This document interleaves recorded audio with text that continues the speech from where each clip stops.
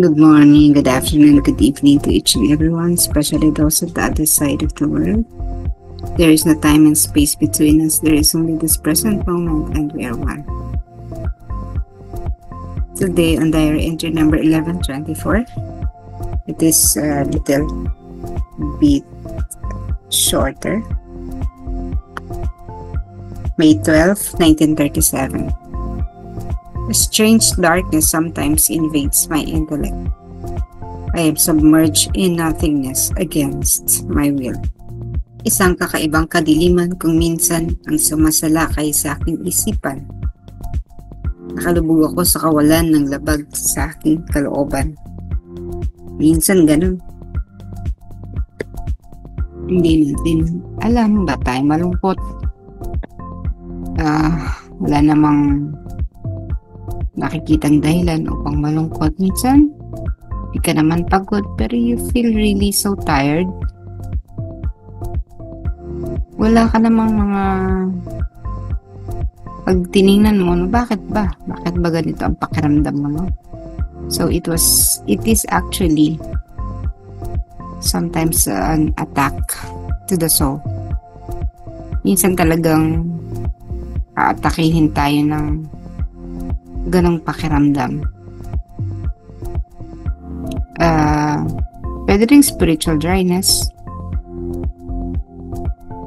Pero isang kakaibang pakiramdam na mahihina ka, hindi mo alam yung gagawin mo, na kahit parang makiusap ka sa Panginoon, Lord, bakit ganon? Bakit ganito? No? Nagpapatuloy pa din. So it happens. Nangyayari po talaga. Pero ano yung pinaka mabisa na panlaban dito? Sa bahagi ni Faustina, sa loob lang talaga siya, no? Contemplation lang, meditation, prayers. Tayo nasa labas, ganun din, contemplation, meditation, prayers, simbala, itong mga time na hindi ka dapat nagpapawala sa simbahan, sa misa, kasi you will draw the strength from the Blessed Sacrament, the Eucharists. Doon tayo kukuha ng lakas. Pero pagbalik mo, pag uwi mo, ganun pa rin pakiramdam mo. We could actually take a rest, mamahinga, pagpahinga, pwede din na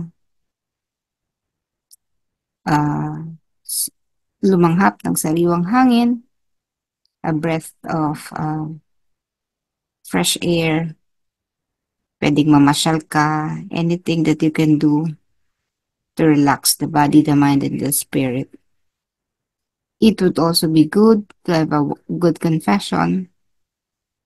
Ito din yung time na maganda, meron kang makakausap, may hingahan ng pakiramdam mo ng sama ng loob, o kung ano man, pero di ka nga masama loob talagang ano ka lang, you feel, may kadiliman talaga, no? Hindi mo alam kung bakit, but it happens.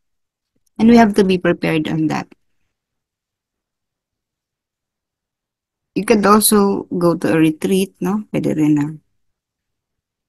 Kung walang retreat, activity, pwede do corporal work of mercy. Immerse yourself in the community. Gumawa ng mga bagay na kapaki-pakinabang. At somehow, maiibsan yung iyong nararamdaman sa pamagitan. Again, this is quite normal to a soul.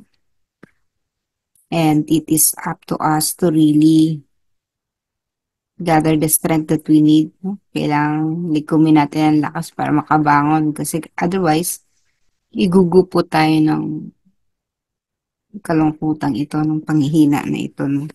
Yun yung kailangan natin gawin. These are some of the things that we can do. But of course, prayer. Pray, pray, pray. No? Yun ang kailangan natin gawin. para malagpasan natin ito. Natatapos din naman.